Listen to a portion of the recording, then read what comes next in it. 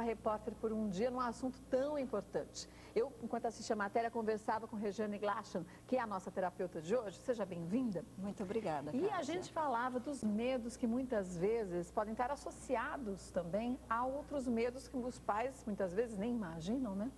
Como que a gente pode perceber essa associação? Kátia, primeira coisa, definir medo. Então, medo é um afeto, assim como a pessoa ser destemida, ser corajosa. Ou seja, o medo, ela está relacionada ao ser humano desde as suas fases mais primitivas. Portanto, o medo serve como proteção e como perpetuação da espécie. Você já imaginou o que seria da gente se nós não tivéssemos medo? Nossa, se a criança não tivesse né? medo? É verdade, quer dizer, Então, o medo é o nosso aliado também. É proteção, é sobrevivência. Só que algumas pessoas acabam nutrindo medos que impedem ela de ter uma vida normal. As crianças, principalmente, né? Acabam tendo dificuldades, muitas vezes, até para contar para os pais que sentem medo de algo que para eles parece ser muito apavorante e que sabem que os pais vão dizer que não é nada demais, como o escuro, por exemplo. Existe alguma fase da vida da criança que é normal ela sentir determinados medos? Uma coisa muito interessante, Kátia, é que antigamente, até mais ou menos 20 anos atrás, se acreditava que o bebê, a criança, nascia blindada, né? Então, a mãe, quando gerava o seu bebê, ela não deixava substâncias nocivas passar para esse bebê pela placenta e muito menos as suas ansiedades, os seus medos. Hoje os estudos mostram que essa placenta não é tão blindada, portanto passa-se drogas e passa-se ansiedades. Então quanto mais ansiosa for a mãe, quanto mais estresse essa mãe for submetida, maior a chance dela ter um bebê estressado e que no futuro vai ser um bebê ansioso e temeroso. Então a primeira forma da gente começar a conter esse medo seria conter a mãe, né? Essa mãe ter uma gestação mais tranquila. E a partir do momento que esse bebê nasceu, então os medos mais comuns por faixa etária, vamos supor, o bebê de 0 a 6 meses. O maior medo desse bebê é o desamparo. É o medo de perder o afeto e o controle e o cuidado da mãe, o medo, o afago. E o medo de altura, o medo de cair. Tanto é que se você observar esses bebezinhos menores, a hora que você vai colocar no trocador, né, ele tem esse reflexo, né? Ou seja, é o medo de perder a continência.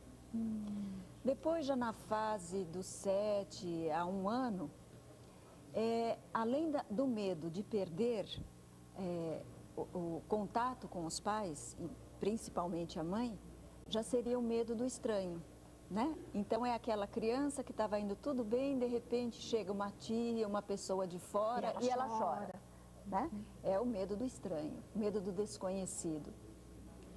Depois, por volta de 2 anos, aí já começa a ficar os medos mais elaborados, porque quanto mais a criança cresce, mais elaborado vai ficando o seu sistema neurológico. Então ela já começa a ter medo, além de perder os pais, né, daquele aconchego. Só se associam outros medos. Entram outros medos. Aqueles iniciais continuam presentes? Continuam, em menor intensidade, mas continuam. Então, entra o medo do desconhecido, o medo do imprevisto, né, daquilo que não é previsível. E aí é aquela fase que nós temos muito prazer em levar a criança para o clube, para a piscina. E eu acho que você já ouviu falar que a criança de gruda crianças na gente, não solta tem medo mais, de entrar na piscina. Então é uma fase que ela tem medo da água, ser engolida pelo ralinho. O que significa ser engolida pelo ralinho?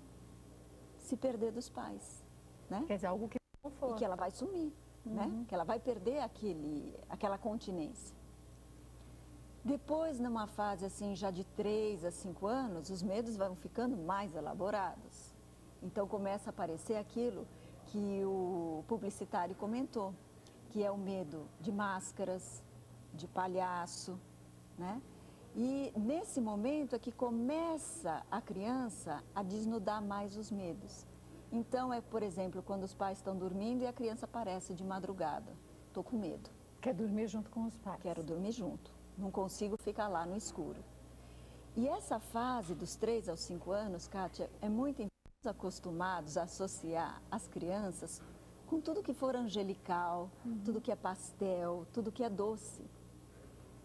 Eu não estou dizendo que a mente da criança não tem esse lado, mas ela também tem o outro lado, que é uma época, principalmente dos 3 aos 5 anos, muito criativa, muito imaginativa e muito ambivalente. Então ela pode, com a mesma criatividade, inventar, imaginar Ela um ainda não amigo, tem essa noção do que é real e do que é imaginário.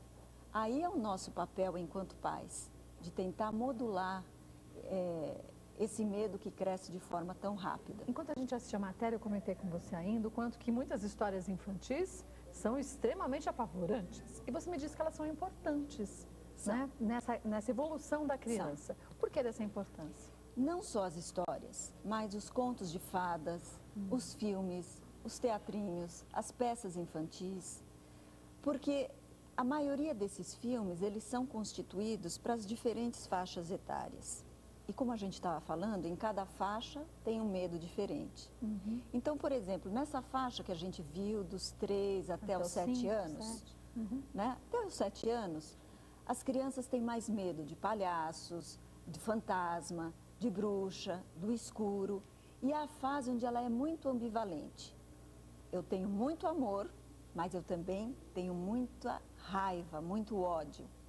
E as histórias e os contos permitem que as crianças dê vazão a esses sentimentos sem se sentirem perseguidas ou culpadas. Por exemplo, então veja, um dia em que eu queria muito determinada coisa. E a mãe diz assim, olha, dentro do seu crivo, né? Dentro da sua colocação de limites, olha, hoje não dá para você fazer tal coisa. Eu, como criança, associo o limite ao quê? Você é muito chata, você é muito má, eu tenho muita raiva de você e eu quero que você morra. Se eu não tiver uma mãe continente, né, eu posso fazer com que essa criança sinta muita culpa desses sentimentos horríveis. Porque ela sabe que aquilo não é o que a gente deve seguir, até mesmo porque os pais falam. Então, né? Quer dizer, aonde raiva não é entram bom. os filmes? Em amenizar Culturalmente,